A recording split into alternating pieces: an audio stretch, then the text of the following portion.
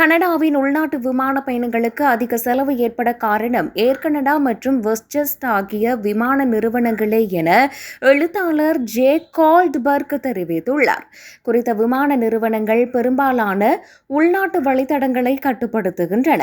Toronto Pearson விமான நிலையத்தில் ஏர் Canada மட்டுமே பாதிக்கும் மேற்பட்ட விமானங்களை இயக்குகிறது. பல சிறிய விமான நிலையங்களில் 2 விமான நிறுவனங்களும் 56 முதல் 78% வரையான உள்நாட்டு பயணிகளை கொண்டு செல்கின்றன. போட்டித்தன்மை குறைவாக இருப்பதால் விமான டிக்கெட்டுகளின் விலை அதிகமாக உள்ளது. கனடாவின் கபோடேஜ் சட்டங்கள் இதற்கு ஒரு காரணம் என கால்ட்பர்க் கூறுகிறார். இந்த விதிகளின்படி வெளிநாட்டு விமான நிறுவனங்கள் கனேடிய நகரங்களுக்கு இடையில் விமானங்களை இயக்க முடியாது. கனேடிய விமான நிறுவனங்கள் மட்டுமே உள்நாட்டு வழித்தடங்களை இயக்க முடியும் என்பதால் வெளிநாட்டு விமான நிறுவனங்களின் போட்டி தவிர்க்கப்படுகிறது. இதனால் உள்நாட்டு விமான நிறுவனங்கள் கட்டணங்களை அதிகப்படியாக வைத்திருக்கின்றது.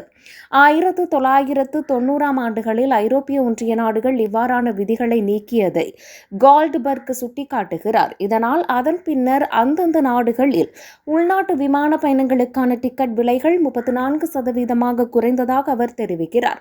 கனடாவும் தனது சந்தையை வெளிநாட்டு விமான நிறுவனங்களுக்காக திறந்தால் கனேடிய மக்களும் இதுபோன்ற நன்மையை பெறுவார்கள் என அவர் சுட்டிக்காட்டியுள்ளார். அத்துடன் கடுமையான வெளிநாட்டு உரிமை விதிகள் குறைக்கப்பட வேண்டும் எனவும் அவர் கேட்டுக் கொண்டுள்ளார்.